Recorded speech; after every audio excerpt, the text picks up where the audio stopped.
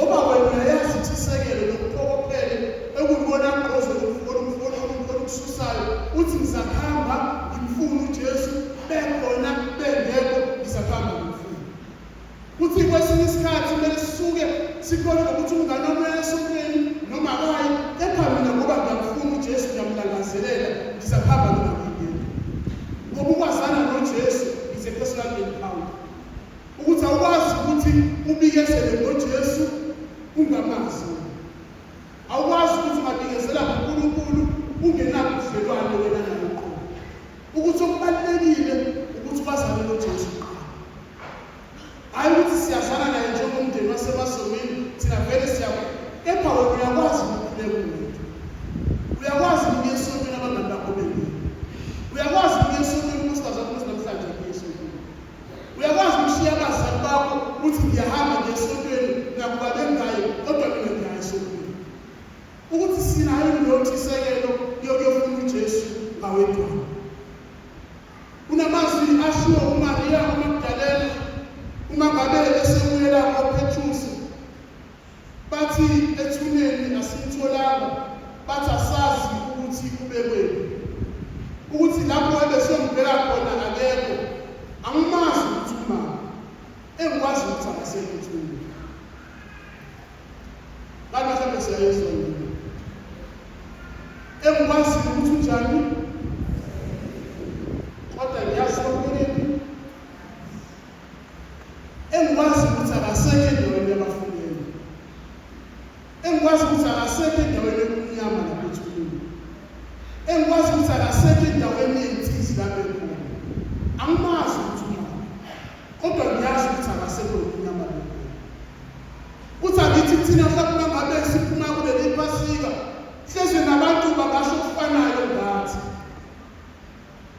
Bathi angimazi ukuthi engikwazi ukuthi akasekho lapho siyeba khona. Engikwazi ukuthi akekho lapho sihlala khona sikhulume ngamagama abantu.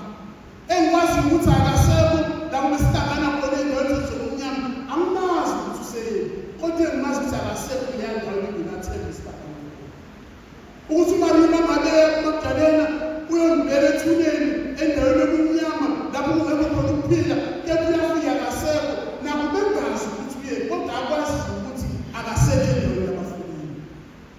Uthi nathi uma ngabe ngidlale ePhasika, masingaqhubeka sihlale endaweni yabafundeli. Uthi asima ngabe uJesu esevukile, nathi sivuke kanye naye.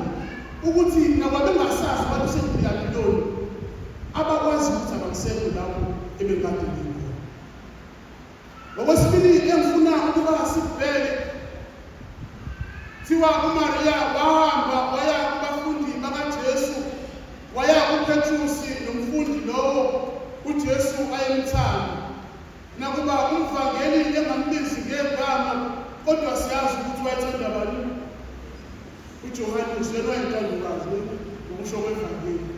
So siyazi ukuthi uJohanesi lo ekhulunywa ngayo. Beqhubeka umvangeli athi uthe uma ngabe esebabikele ukuthi uJesu akasekho ethuneni, kuthiwa bahlaba ngesivinini bebheke ethuneni, wasala ngemuva uPetrus.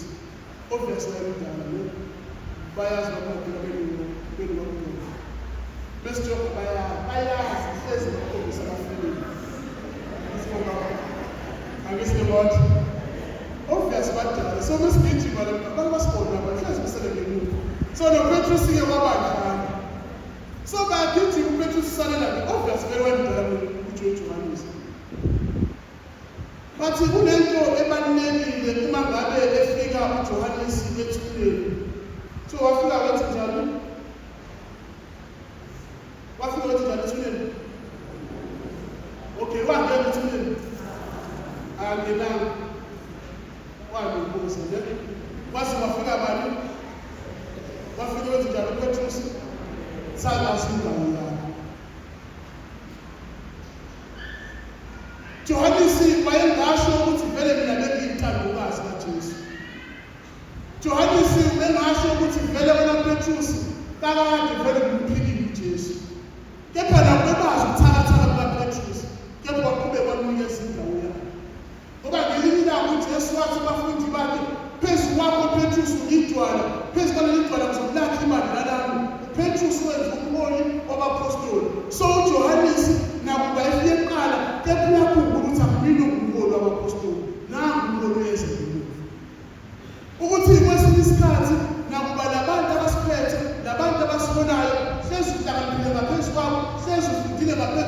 kubalulekile ukuthi umuntu umnikeze indawo yakhe ngoba uyena unikezwe amandla ngaphansi. Ukuthi noma ngabe uyathanda noma ngabe awuthandi uyedwa uJesu Kristu ebandleni. Noma ngabe uhlanganyele naye noma ngabe ufundile naye uyedwa uJesu Kristu ebandleni. Ukuthi noma ungadlula kunala ubeke ukwazi ukuthi udlule khona ngoba awunikeziwe nawo manje. Bayathi noma amapholo eshumayela athi nabantu abaqhamuka sebelayo nesokhiye bathi asinkomo sohlaba losokuthi athi ngizobe ngiyingekho ngokuyazi lokuphethe imali kepha indawo lona yakuthi soshisa impilo. Ukuthi noma ngabe abantu ngibukela phansi kanjani kepha nginikeza indawo yakhe lokhu unganikeziwe kona akubona okwakho. Uma ngabe umuntu ekhona unikeziwe kona unikeza indawo yakhe ngoba lona umuntu ubelele uNkulunkulu kuleyo ndawo ayo. So nasemabandleni nasemhlabeni yethu kunabantu abanjani abanikeziwe ukuthi benze njani basipho. Hleze kade wasonga nabo, hleze kade wafika la ePerishini, kepha ibona abanikezwe indawo awukwazi ukuyethulele nabini.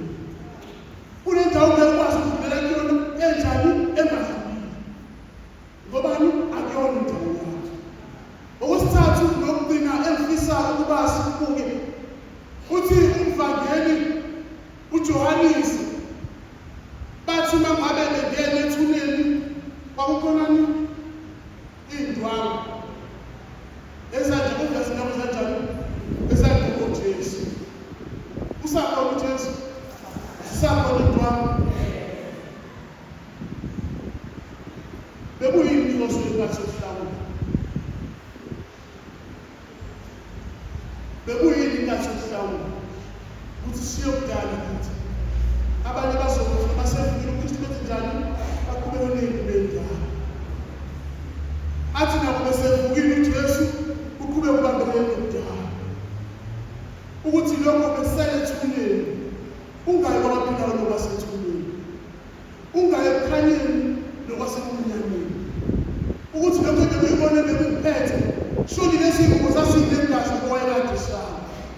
Shoni lezi ngubo vele sasiyidabukile